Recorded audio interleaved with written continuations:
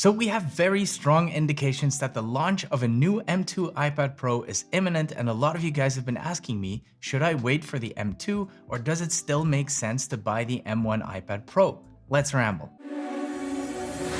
Hold up, things go wild when I pull up. They all on me like at once. Hey, what's up guys? It's great to see you all again, and if you're new here, I'm Patrick and this is where I ramble about tech and other stuff.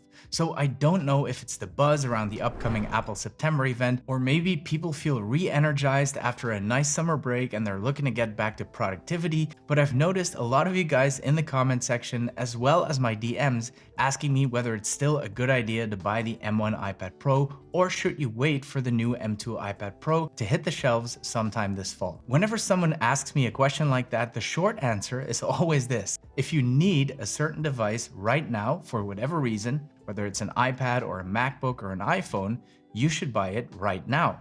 The long answer is a little more complicated.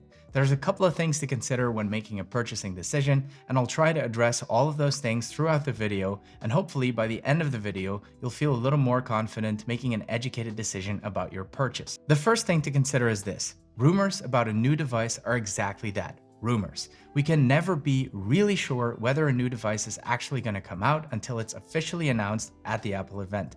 Now, with that said, there are two reasons why I would argue it's very safe to assume that an M2 iPad Pro will come out this fall. The first one is Apple's upgrade cycle. The history of release dates for the iPad Pro is as follows. The original OG iPad Pro was announced in September 2015, and it was released 2 months later that same year. The second generation was launched in the summer of 2017. October 2018 saw the release of the third gen iPad Pro to be succeeded by the fourth generation of iPad Pro in March 2020. And finally, the good old M1 iPad Pro was announced in April of last year, as we all know. With that in mind, it makes complete sense for a new iPad Pro to drop this fall, roughly 18 months after its predecessor. The second reason why I believe that rumors of a new M2 iPad Pro are true is that Mark Gurman says so. And the godfather of Apple leaks is seldom wrong about these things. Opinions do diverge on whether the M2 iPad Pro will be announced during the September event or rather in October. I personally believe it will be in October since that's usually when the new Macs and the iPads drop, and also because iPadOS 16 is said to be delayed until October, and it seems very unlikely to me that Apple will drop a new iPad running the old operating system. But who knows? With all that said, just because a new iPad Pro will be announced doesn't mean you will be able to get your hands on one straight away. There will be loads of trigger-happy Apple aficionados glued to their computers on release day, ready to click purchase, and the chances of you missing the first round of devices and having to wait for a later delivery date are real. And if that's not risky enough, we also need to consider the fact that power outages and supply chain shortages have been causing issues for Macs, studio displays, iPads, and so on. So to come back to our original question, if you need a device now and time is of the essence, you might be better off getting the M1 iPad Pro now, as this is already available. If you do have time, however, and you can wait, I would argue it makes sense to do so. Not just because the new model might have something you really like, but also because the price of the M1 iPad Pro might drop a little bit after its M2 brother hits the shelves. The second thing to consider is how deeply you're invested in the iPad ecosystem. In other words, do you already own an Apple Pencil, a Magic Keyboard, etc.?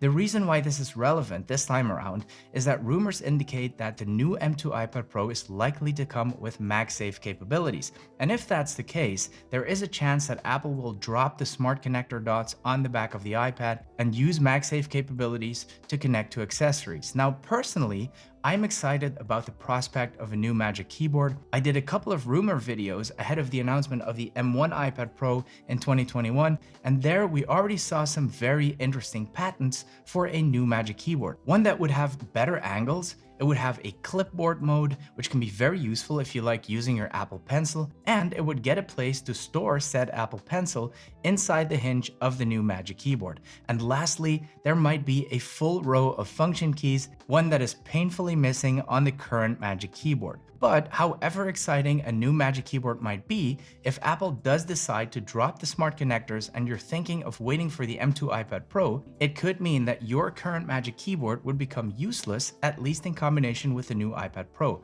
and you will have no choice but to invest in the new accessories. If you're not crazy about the idea of having to do all that, investing in an M1 iPad Pro and being able to use all of your current accessories might not be such a bad idea. The third thing to consider is that even though the M2 iPad Pro will obviously come with some hardware advantages over the M1 Pro, it's highly unlikely that it will get any software advantages, at least in terms of the operating system. iPadOS 16 will come out soon, and we've already seen what it can do. In fact, I did a video not too long ago going over all of its features. In case you're interested, I'll link to that video at the end of this one. By the way, if you like iPad stuff or Apple content in general, there's a ton of that on this channel and more coming, so feel free to subscribe.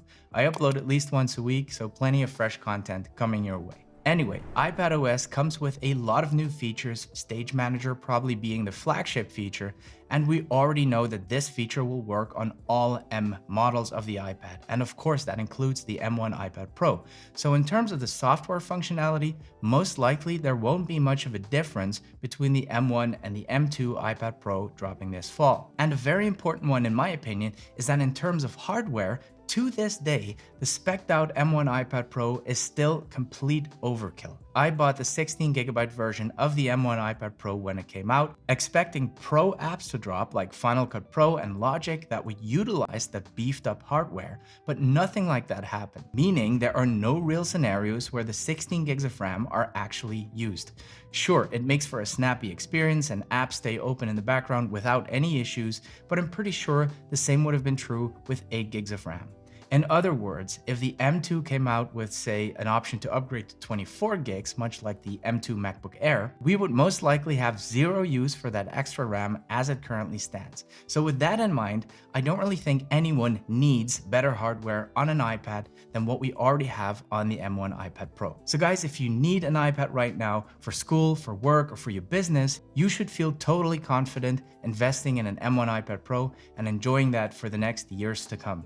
There will always be new tech on the horizon, but just because a newer, shinier model is dropping doesn't mean that the previous model isn't still just as good as it was the day before the upgrade arrived. If you're upgrading from, say, a 2018 model, of course that's a very different story, and perhaps waiting for the very newest model for a few more weeks makes a lot of sense, so you're sure to get the most future-proof upgrade you can possibly get. And of course, if you're the kind of user that just wants the best of the best and the newest of the newest, and time is on your side and you have the cash to burn, then by all means, you do you. But if you're holding out to buy the M2 over the M1 because you're afraid that the M1 will no longer be good enough, don't worry. The M1 is still plenty powerful for any task you can currently throw at it. Guys, I hope you enjoyed the video. If you did, please give it one of these. It really does help the channel. Subscribe for more content. Thank you so much for watching and see you in the next one.